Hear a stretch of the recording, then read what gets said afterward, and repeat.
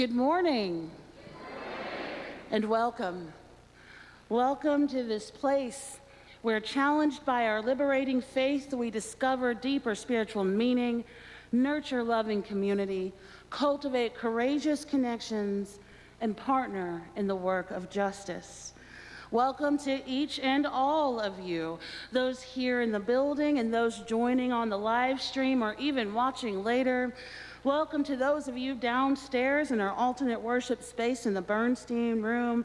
Welcome to those of you all throughout the building, wherever you are and however you've arrived. Welcome. I'm Reverend Amanda, and what a joy it is to be together again. If you are new or feeling new, and you want to learn more about this congregation and community, I encourage you to reach out to our Director of Member Relations, Kelly Green. Her email is up here on the screen. We have large print orders of service, personal hearing assistance devices, an elevator right across the hall available. There's also a hearing loop in our alternate worship space downstairs. And if you or your family feel a need to move around or be more active, you may be comfortable and you're welcome to watch and listen to the service downstairs in that alternate worship space. We have coloring pages and fidgets for all ages over in the vestibule, if that's useful for you, and nursery care is provided for children under 6. This morning we have just a few announcements. Today, after the service across the hall, we will be doing another Operation Sandwich. If you participated last time, you know that Operation Sandwich is a service opportunity with our community partners of Roof Above. And this time we're upping the number of sandwiches to 800. And every sandwich goes to the men's shelter right here in Charlotte. This is an all-ages opportunity, and it will go by faster than you think. So please make your way over there after the service, and let's all do our part to serve our community. Also, be sure to be here next Sunday for our spring music service, Sacred Earth. We'll also be joined by our May Share the Plate organization, which is One Voice. Also, this coming Saturday, May 2nd, our preschool, Open Door, is holding Springfest and a silent auction to raise money for their scholarship fund. Please consider donating goods to them and services as well, and also just attending the event.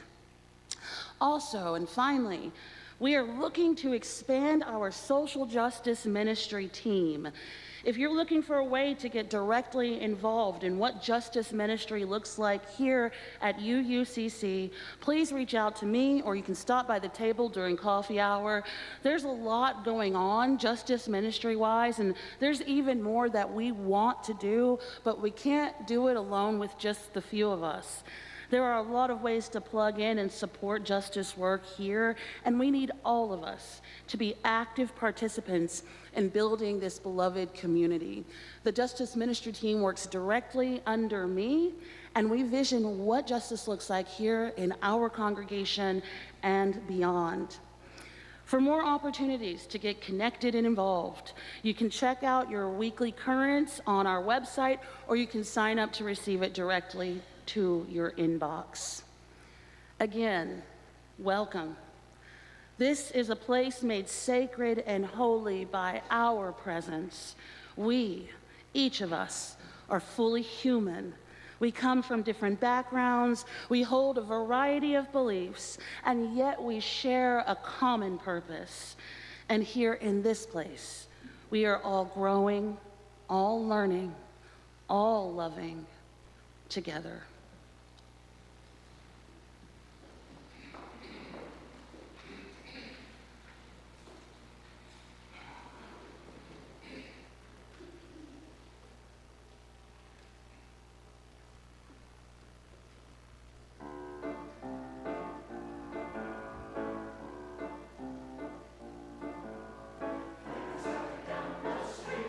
Sunday, like the wind, kind of me. Suddenly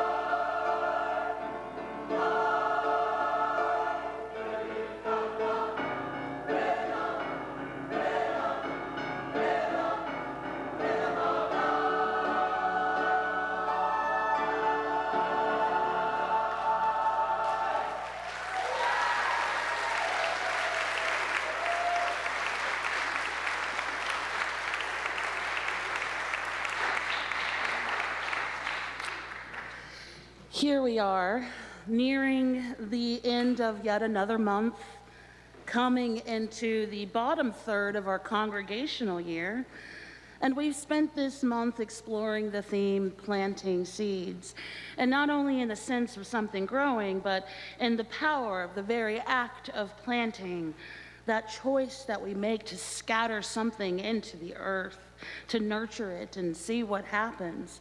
It's an act of trust and courage. It's brave to plant something when you have no control over what it will become or how quickly it will happen. It's a lot like change. It's a lot like many of those grassroots movements that have shaped the landscape of our society.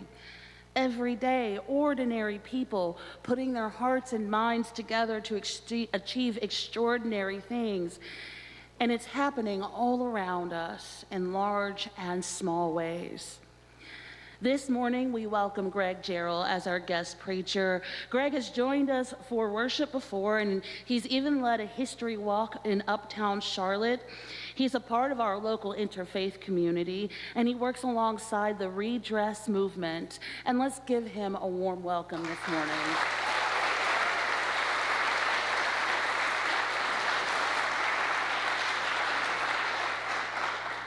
And so we light our chalice this morning for the power that lives within each of us as builders of this beloved community. Beloveds, this is the day that love has made. Let us rejoice and be glad in it. I now invite you to turn and greet your neighbor this morning and welcome and worship.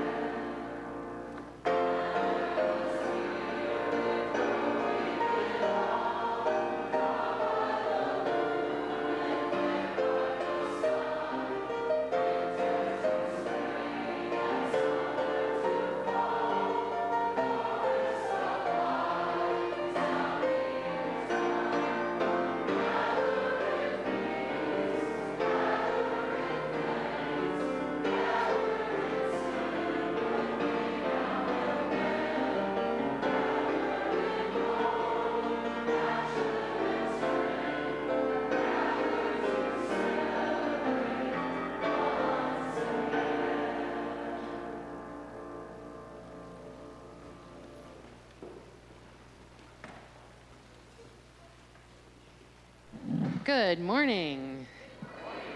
I am Paula Gribble, Director of Lifespan Religious Education. My pronouns are she, her. And I'm just looking at you all today and taking in this vibrant community. It's such a great thing to be a part of a community, I think. And you know who that reminds me of? Ants. Yeah. Sometimes for us, ants aren't, the greatest thing to be around. However, if you look into them, you will learn a lot more. And I will recommend the movie The Ant Bully. If you haven't seen it, it's very UU. It is. So ants are amazing in community.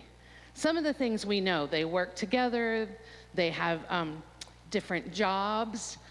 When they create their colony, they burrow down and dig out chambers or rooms for different things. And they're organized. Did you know that? So there's a room for food storage.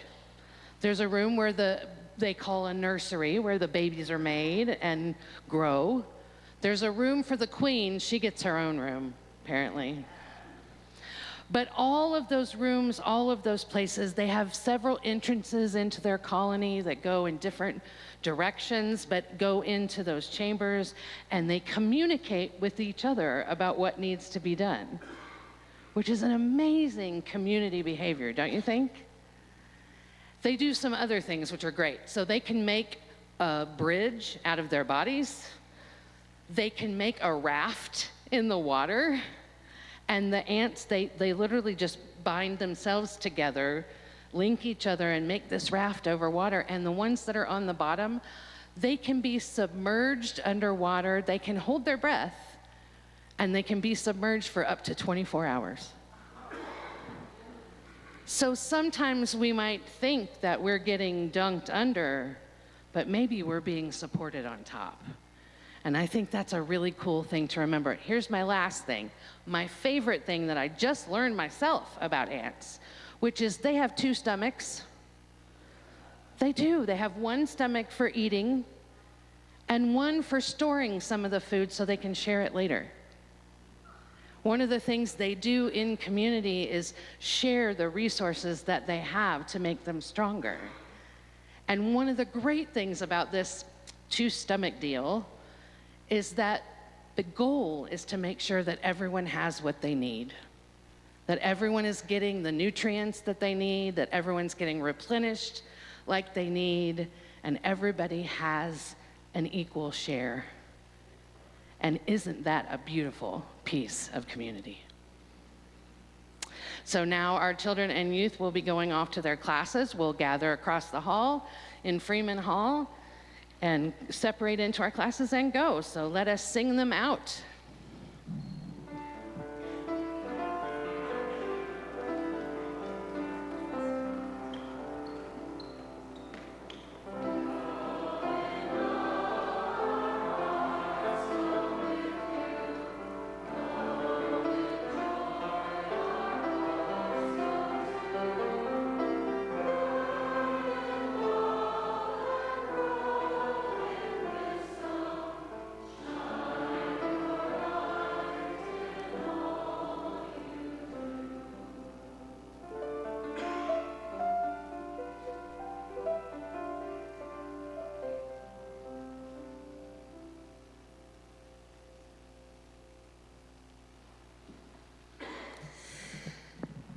Every place that I've ever lived, I've been able to tap into the roots of that place quite easily. Whether it was an historic downtown, an old neighborhood, a protected site, I've been able to at least capture the essence of a place, if only for a moment. But when I moved here to Charlotte, I found it quite difficult. I kept searching for the roots. I kept looking for the original Charlotte, hoping to capture it somehow. But the longer I was here, the more built over everything felt. And it wasn't until I began working with community organizers that I started to see the real Charlotte that had been buried throughout years of development and gentrification and corporate interests. It's the organizers who can hear the heartbeat of a place, because it's the organizers who are often listening. Organizing, in many ways, is the shift between activism and lasting change. And organizing is all about building those relationships. The power of the people is in the connection of the people. It's a way of listening, a way of paying attention, and then responding. And that's where the capacity comes from, that capacity that keeps us moving even in the face of hardship and disappointments and setbacks. And that doesn't happen in one march or one protest or one afternoon. It doesn't happen with one cleverly worded sign or slogan or the right one leader. It is in the building of relationships in the long term. And collective organizing ain't easy, but it's effective. Make no mistake, the Christian nationalism that we are seeing at the local and national level is a direct result of collective organizing. Banned books, anti-trans legislation, a ban on so-called critical race theory, the so-called anti-woke agenda, the overturn of Roe v. Wade, it's all a product of deliberate organizing across issues. And I hate to say it, but they've been effective. While we were busy arguing logistics and terminology, while we were busy turning on each other and questioning one another's ideological purity, they were getting organized. And it's not that we didn't care, it's that we were comfortable. Well, not all of us. I wanted to share a reflection that was mostly based on theory and analysis. I wanted to use words from past organizers and activists to present a solid reason why community organizing is a powerful tool of change, but you all know that already. It would be easy for me to say things that would inspire you while making you comfortable, but it's not my job to make you comfortable. And to be honest, I'm tired of making people feel comfortable while the world burns around us. So I'm going to say the real stuff instead. If you're wondering why the current large-scale protests look a little monochromatic, if you're wondering where all of the rest of the rainbow is, all you need to do is look back at the last 10 to 15 years. Well, many of the people who look like me were in the streets, risking and getting arrested. And in case you're wondering, I've been arrested 4 times for civil disobedience. Yes, your minister has a record.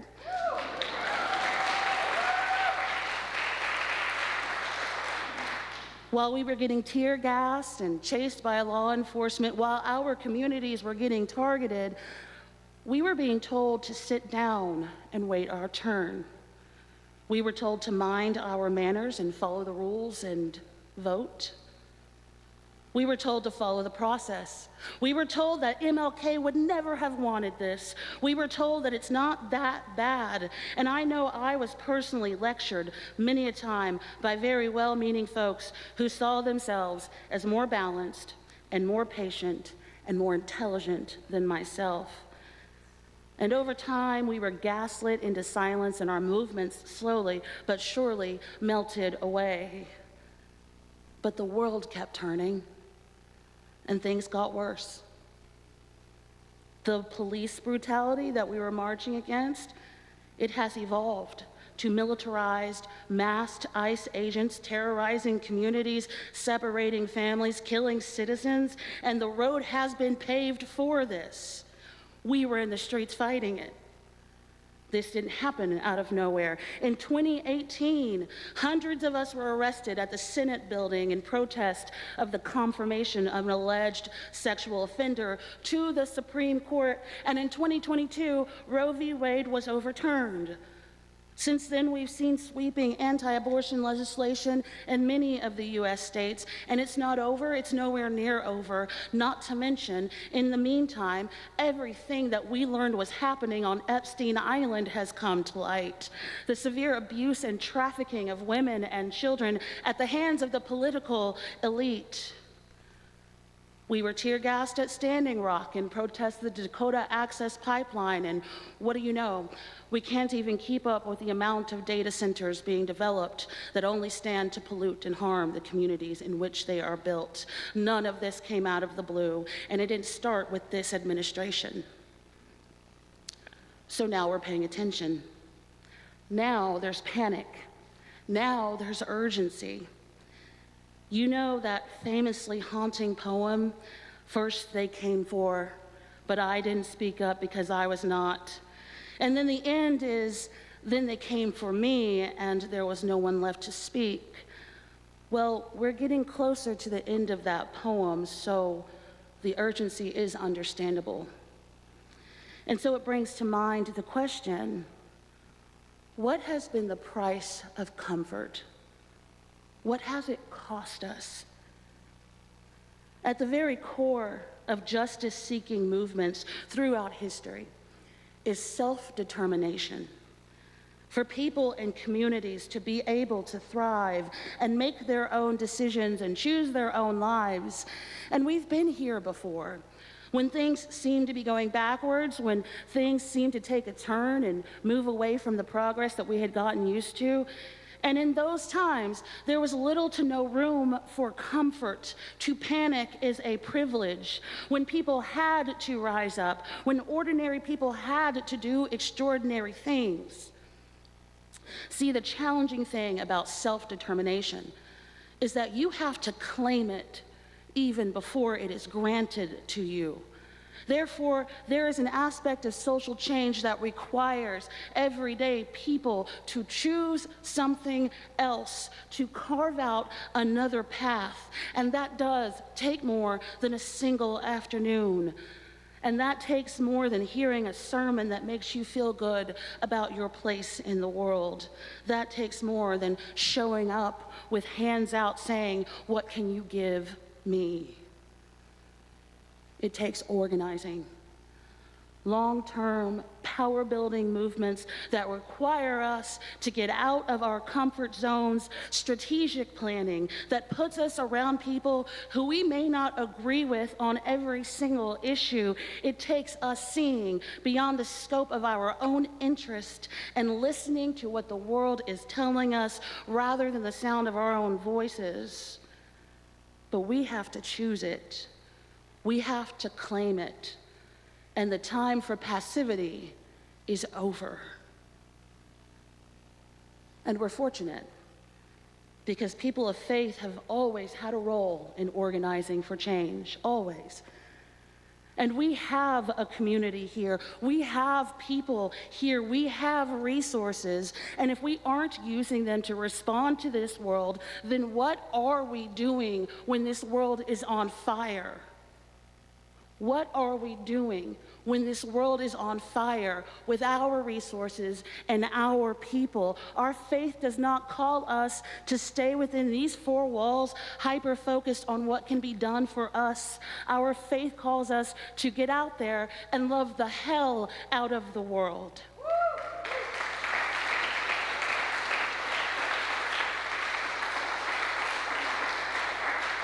We are called to love actively.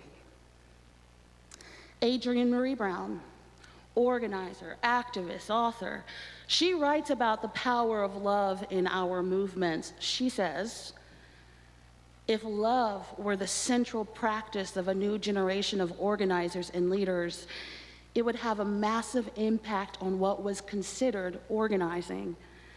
If the goal was to increase the love rather than winning or dominating a constant opponent, I think we could actually imagine liberation from constant oppression. We would suddenly be seeing everything we do, everyone we meet, not through the tactical eyes of war, but through the eyes of love.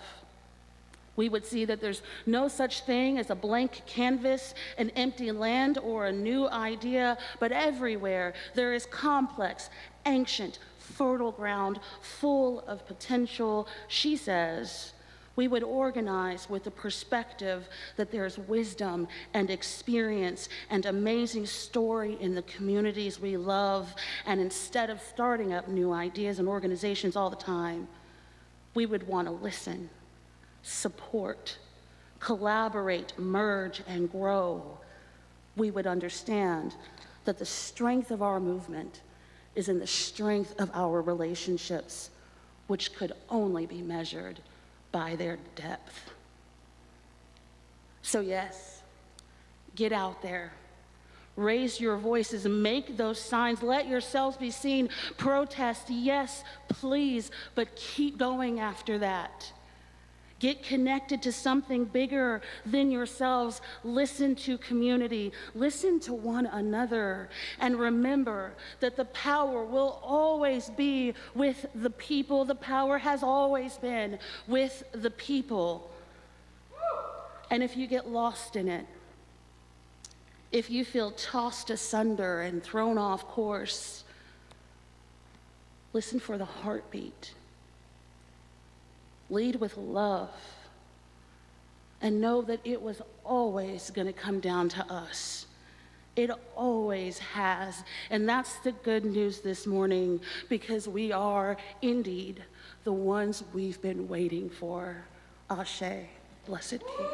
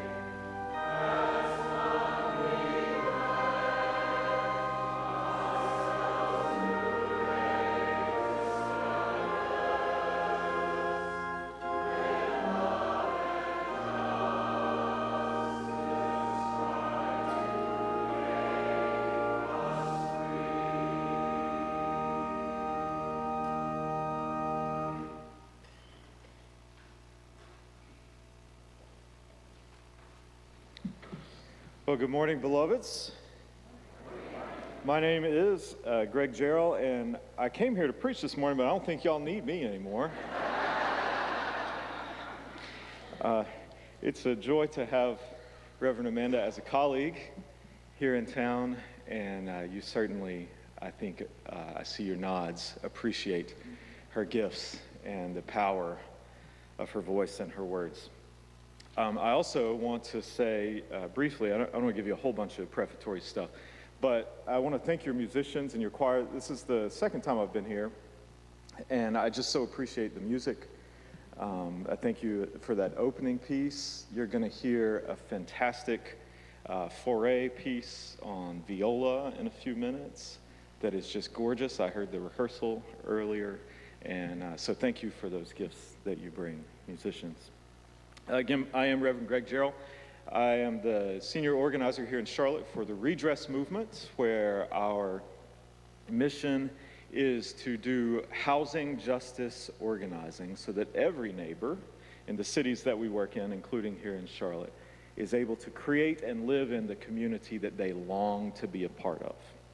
So we organize to that end, and I'm going to talk a little bit about organizing this morning. I wanted to tell you that I had a hard time naming this sermon. Titles don't always show up, so I just left it nameless. But then the first hymn, speaking of the musicians, and the first line gave me the title. So I'm going to speak to you this morning from the subject of harvesting the power. There's a good phrase, harvesting the power. To do so, I'm an old Southern Baptist boy. Don't be alarmed. I don't want anything to do with them, nor they with me at this point, so you're safe. But I only know how to do this using ancient stories, the ancient stories that we still live inside, that still shed light on the world that we live in now. So I want to read to you briefly from the Hebrew Bible, from a book called Nehemiah that's not read a lot in a whole bunch of churches, but it's got a word for us, I think, this morning. So here's a little passage from Nehemiah chapter 5, if you want to look it up later.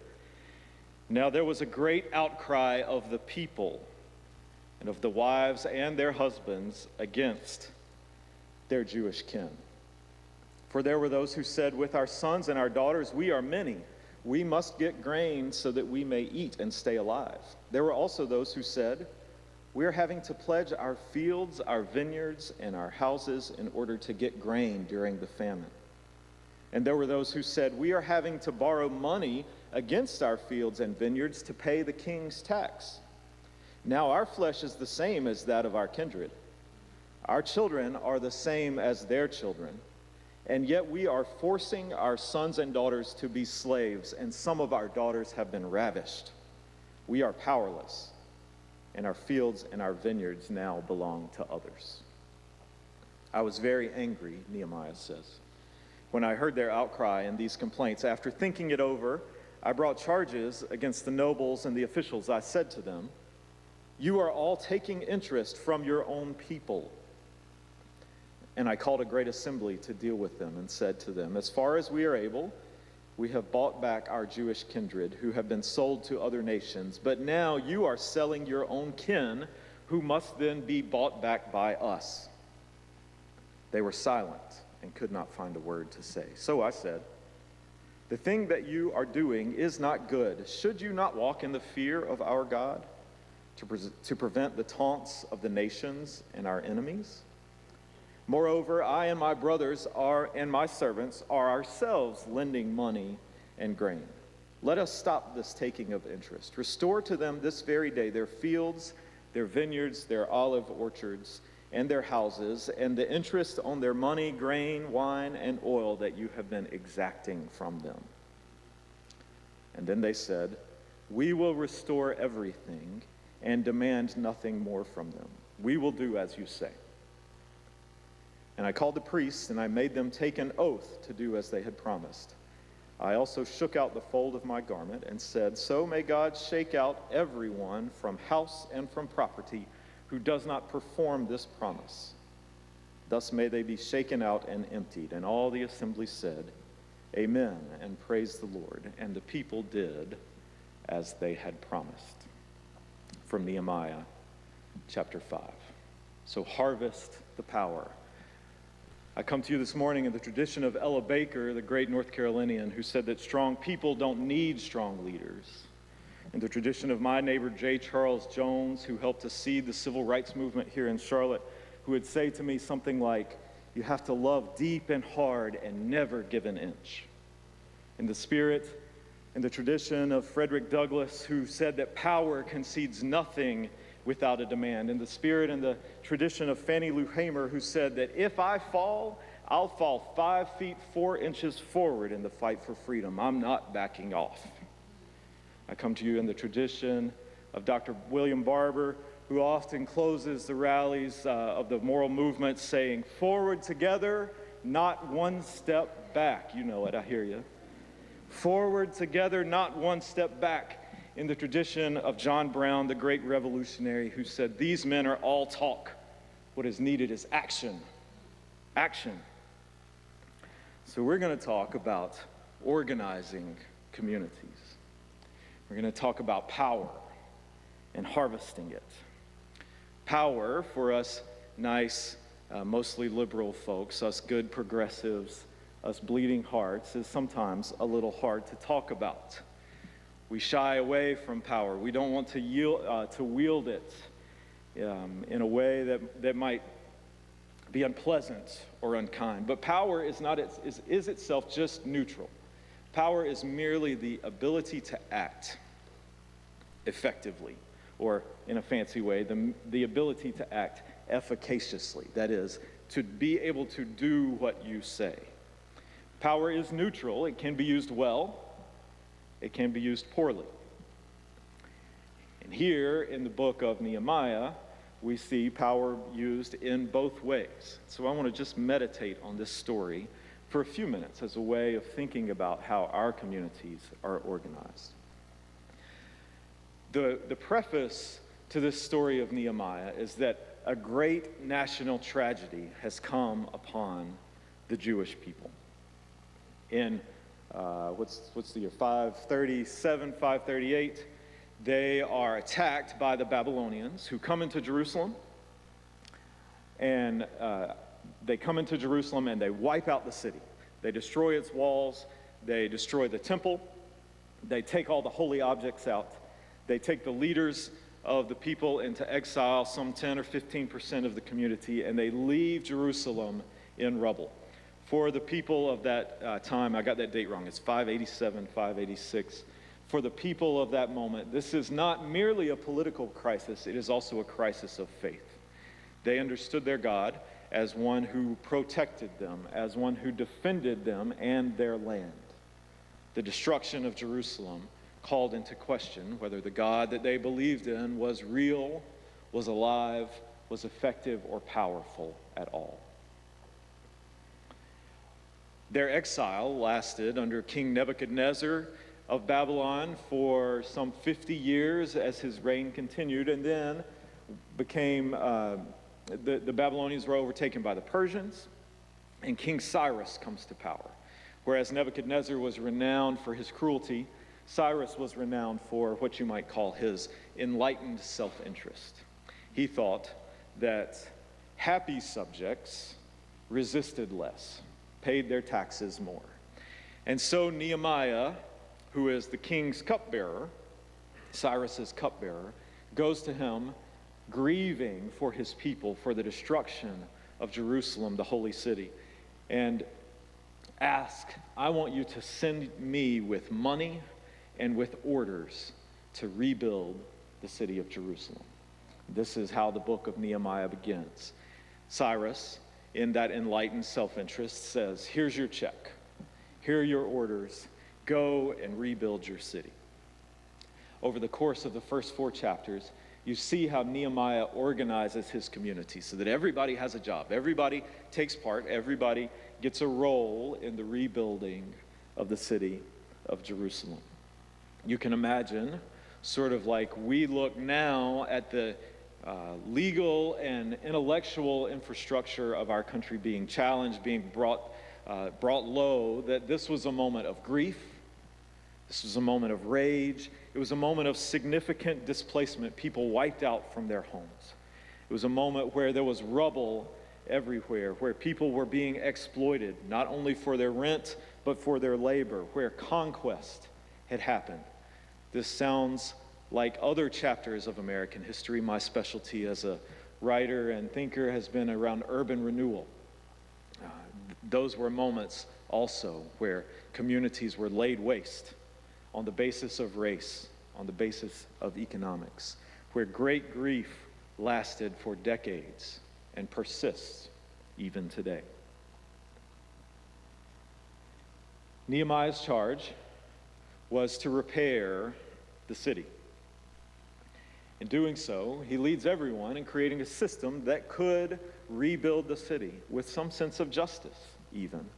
But that system only lasts for a while before it begins to break down, before people stricken with greed begin to find the little crevices in the system where they can take advantage of their neighbors, where they can get more than they need, where they can take for their desire rather than covering for everyone's need.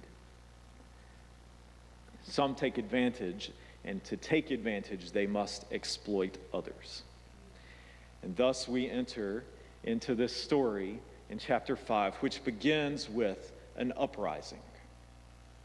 It looks like a conversation, but I think we can call it something a little more interesting. Let's call it an uprising. People in the streets shouting out, saying, "We cannot live with this injustice anymore."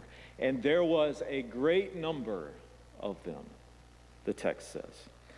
Their cry should echo, for those familiar with the Hebrew Bible, like the cry of the people stuck in Egypt, exploited by the system of Pharaoh, who first cry out to God before they are liberated. When they cry, they give specific examples of the injustices being done to them. They say, "We work, and yet we are hungry. The money runs out before the month does. Our paychecks do not cover even our basic needs. We cannot afford to shelter and to feed ourselves with the wages that we are earning." And then they keep crying out, "Our lives are consumed by debt. The interest rates that we are being charged are far outside of our ability to pay. People are exploiting us. We cannot get ahead. The debt has overcome us. We have to borrow against our own land, the gift of our ancestors. We have to use our children as collateral. They have no future because of this exploitation. The system created has overpowered us," they say. It has turned for our city what the critical race theorist George Lipsis calls a geographically organized vulnerability. We have no place. Our families are broken apart by the system of exploitation. We do not know anymore what to do. They even say, "We are powerless." But they're not powerless, of course. It is in the joining of their voices that their power begins. Back in my days with QC Family Tree as a youth minister, we were working on this story with a group of middle school and high school students and talking about how we might rebuild our own neighborhood over in West Charlotte, in the Enderley Park neighborhood. And we got to this point of the story, and I just asked our young people, "What do you think is going to happen next?" The people are rising up. They're demanding their rights. They're saying, "We're tired of being exploited. We're tired of landlords. We're tired of bosses. We need our own place and our own stability." And of course, everybody said, "Well, nothing's going to happen." Right? They're all jaded, even by 12 and 13 and 14 years old. They know the history and how hard change is. But one really bright young woman named Kiki spoke up. And she said, "Well, I think what's going to happen is that folks are going to say that they're going to do something, but then they're not actually going to do anything. They're going to appease us with their words," right? You know this strategy. This is the constant strategy that we face, that we can get the right words from our political leaders, that we can get the right words from corporate leaders. Right now at Redress Movement, we're engaged in this protracted and ongoing battle with Atrium Health about some of their housing commitments in the former Brooklyn neighborhoods subjected to urban renewal. They can do more. They refuse to do more, and they keep telling us how much good they've done in other areas of the community, right? You understand how this works. Constant deflection, constant denial that there is a problem. We're going to talk the good game, but the words of John Brown, what we need is action. Your words don't house our homeless. Your words don't feed our hungry. Your words do not fix our educational inequities. What Kiki had seen by that point at the age of 12 or so, was the bad use of power doing what it always does: stasis, preservation, refusing to change. Power in that way creates task forces and reports and symbols. Power names things or renames things. But power doesn't want deep and systemic change, right? But that's not what happens in this story.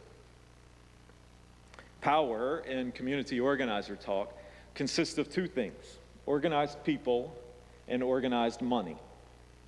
That's what you have to organize a community. You need organized people and you need organized money, rather. And it's not a surprise to you that we almost never have organized money, right? The organizers are always the broke ones, and the organizations are mostly always the broke ones. So what you have to do is organize people. There's great power in numbers. And so it's significant that this little story starts off with not a small cry, not a little cry, not a medium-sized cry, but a great cry. This is where organizing begins. When we join our voices together, when we create choruses that can no longer be ignored inside our community. And when that power shows up, Nehemiah, the leader, is forced to respond. The people's showing, in other words, leads to a negotiation. These things don't happen quickly. The terms of the meeting have to be negotiated. Who gets to be in the room has to be negotiated. What the outcomes are going to be, what the inputs are, all that stuff has to happen. It takes a while. But by showing up in great numbers, we can create those sorts of tables, right, where negotiations happen. And they don't just happen with moral suasion. You'll never convince your opponent just to be good. It simply doesn't happen. You have to exercise multiple ways of demonstrating your power. You have to be moral, but you also need economic power. You need political power. You need religious appeals. You need to be able to exact some cost. You need to be able to withhold something that your opponent needs in the process. You don't get as much of that sense from this story, but that's the way it works now in real life. You have to be able to come from multiple angles. And so Nehemiah speaks up. By this great number, the people are subtly threatening. We can't eat anymore. We're going to start withholding our labor if you don't do something. We won't give you our children anymore. We refuse. We will go not one step further with you. And so Nehemiah calls the exploiters together, and he says, this is wrong. We cannot do this any longer. The power of the people's voices has reached the powerful people who are exploiting them. Their words that our flesh is the same as that of our kindred. Our children are the same as their children, finds its mark. And so they did it. They did it in the course of a half chapter here, but this work takes much, much longer.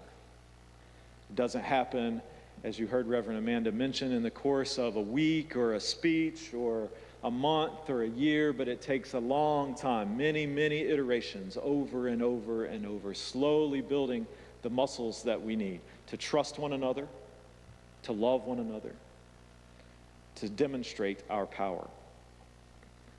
The leaders of the ancient Near East, leaders like Nebuchadnezzar or Cyrus, were no more cruel or greedy than our political leaders now, or our corporate overlords are today. If those people can win, so can we, in other words. If they can win in the ancient Near East, then so can we. But it takes persistence.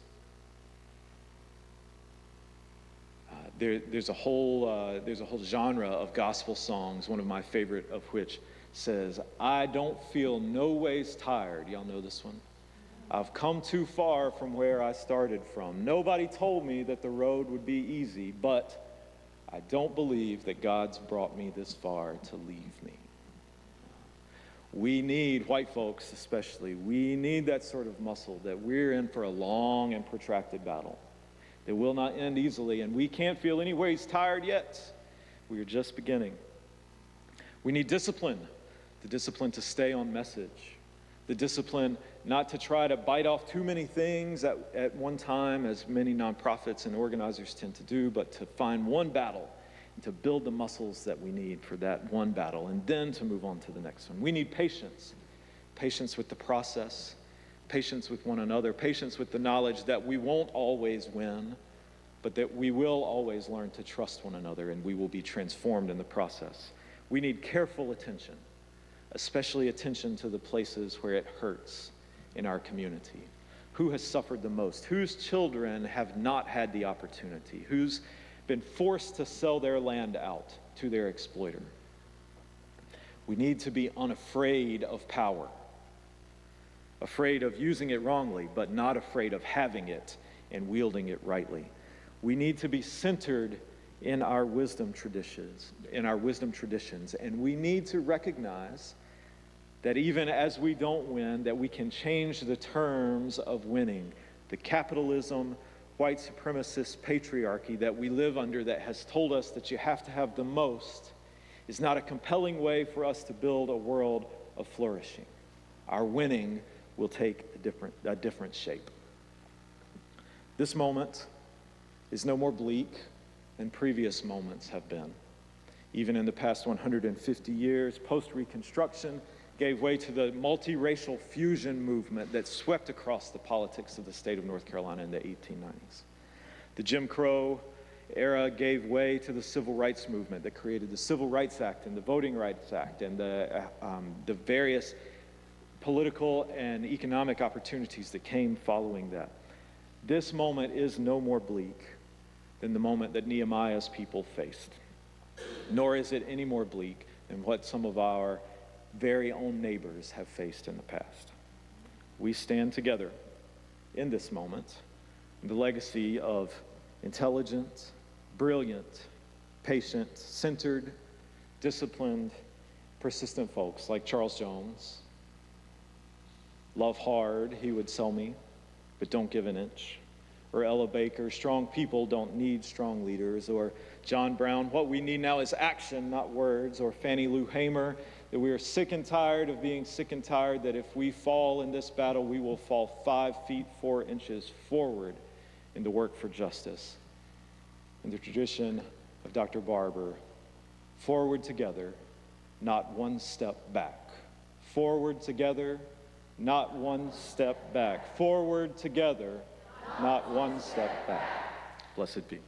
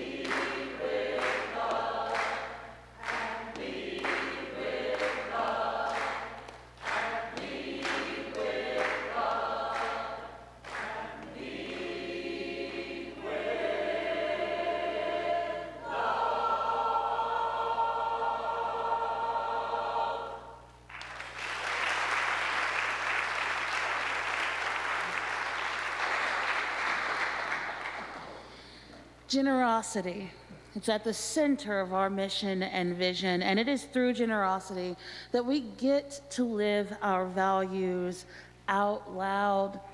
When we talk about privilege, it is in order to figure out how we leverage that privilege in our lives and in the world around us, and what we give allows us to sustain the work of this congregation within and beyond these four walls. When we gather each week, let it be in this spirit of generosity and gratitude, recognizing the blessing that it is to carry this work forward together. Each month, we choose a community organization whose values and mission aligns with ours. Our Share the Plate recipient for this month in April has been Soul Nation.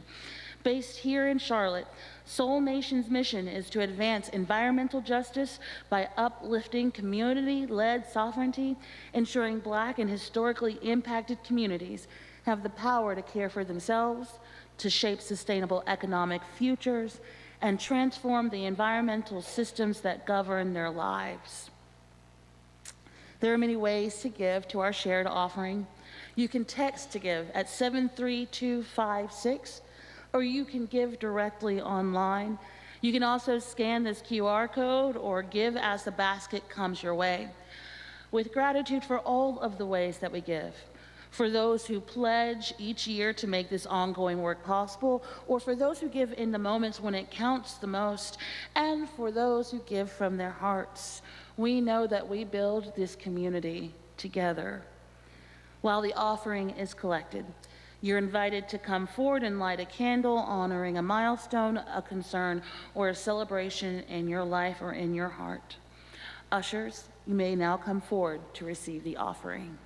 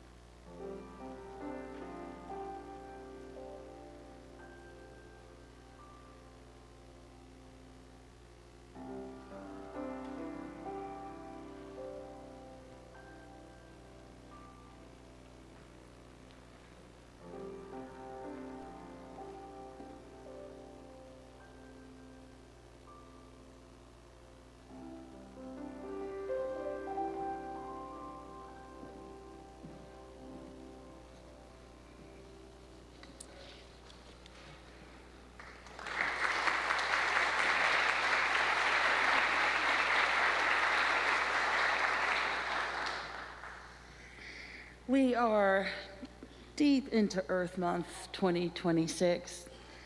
And while it's often necessary to engage with the struggle and the legitimate worry and concern that we carry for this planet during today's joys and concerns, I wanted to make space for the joy, for the hope, for the courage that is being planted and growing all across our Blue Boat home. Behind me is the official Earth Day 2026 poster. The artwork is from a California-based artist, Miles Wintner, and it depicts the theme of this year's Earth Day, our power, our planet. And we all know that climate activists and organizers have done so much incredible and wonderful work for generations in service of our planet, in service of our home. Tireless efforts of everyday, extraordinary folks who were committed to a just transition away from extraction and into abundance. You can read more about Earth Day on the earthday.org website, and on there you'll find 10,000 plus actions worldwide that have been carried out by people like you and me, communities who are answering the call in big and small ways in their own way.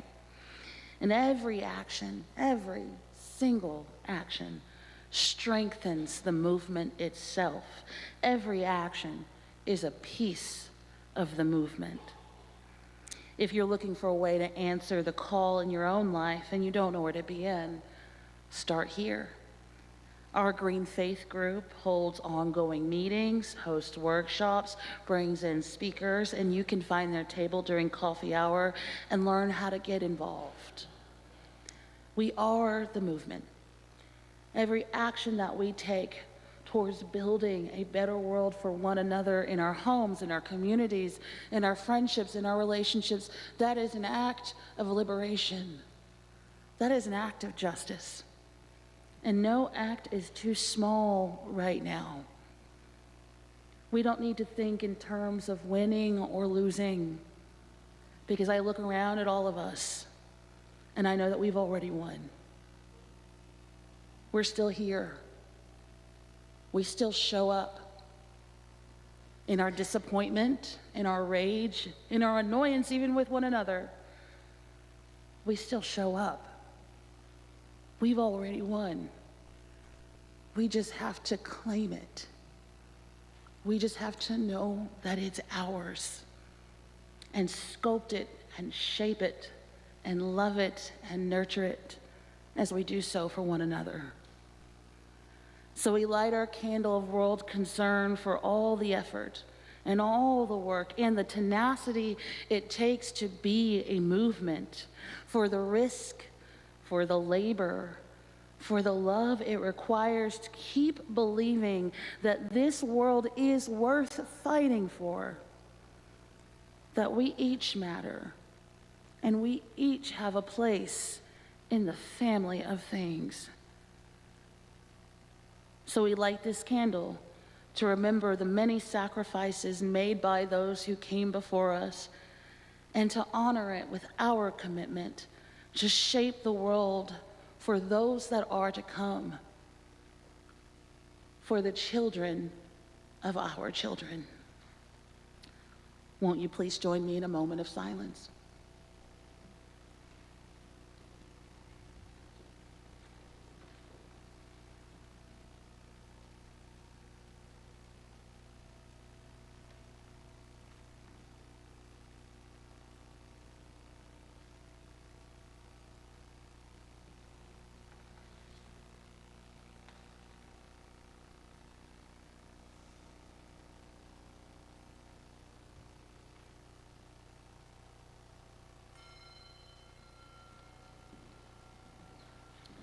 I now invite you into a time of presence, a time of sacred witness, and a time of prayer. Rooting where you are, perhaps closing your eyes, lowering your gaze, and becoming present and attuned in to the Spirit of life. Oh, Spirit of life. We call in that presence of change like a great wave, like an ocean that starts with just one drop We call in that spirit that connects us all throughout time and place and space, that connects us to everything that came before us. This world, in all of its strife and its war and its violence and destruction throughout all of time, has also been filled with love and beauty and joy. So let our own resistance follow suit.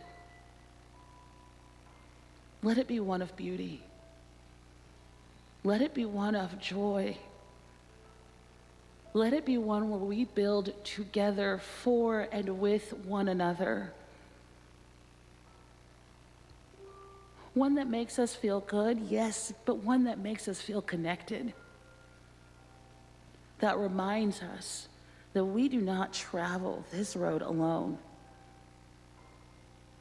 That our lives mean something. That our neighbors' lives mean something. That people across the planet, their lives mean something too. May we never lose sight of this. May we never forget where we came from. And may every movement we make towards a better future be fueled by our faith. Our faith that exists beyond these four walls, beyond the confines of one particular religious tradition, beyond the confines of one set of belief. May our faith expand us. May it build us up as we move into our day, into our week. May we keep these lessons in our hearts. May we spread a little bit of this hope and this faith and this love in our connections, when we're out in the world, and of course to ourselves. The piece of us each that are seeds that need to be loved and nurtured.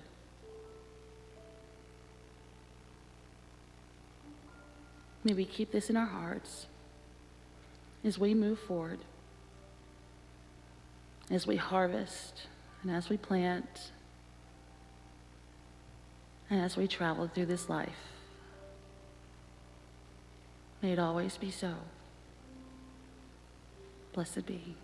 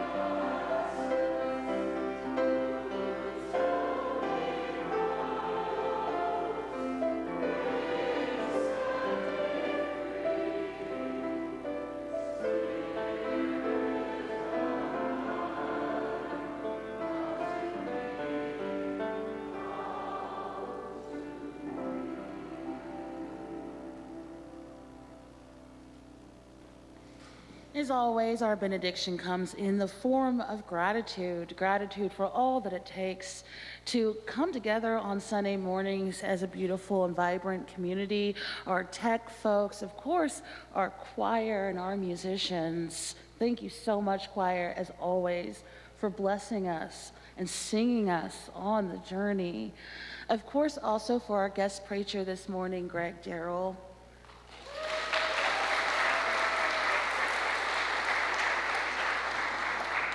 And for each of you If you've been out in the streets, gratitude for you.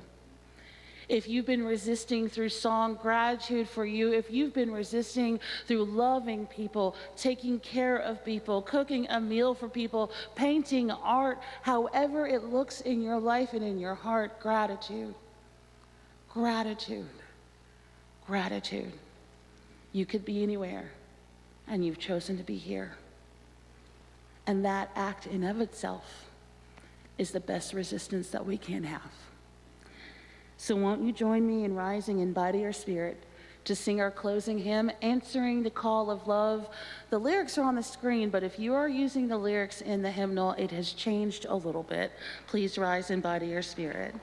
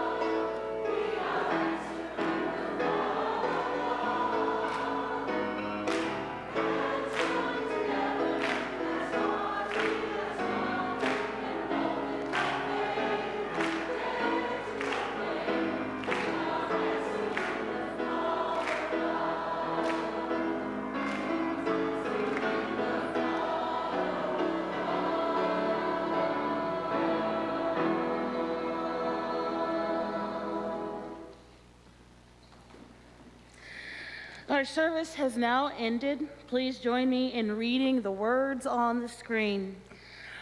We extinguish this flame, but not the light of truth, the warmth of community.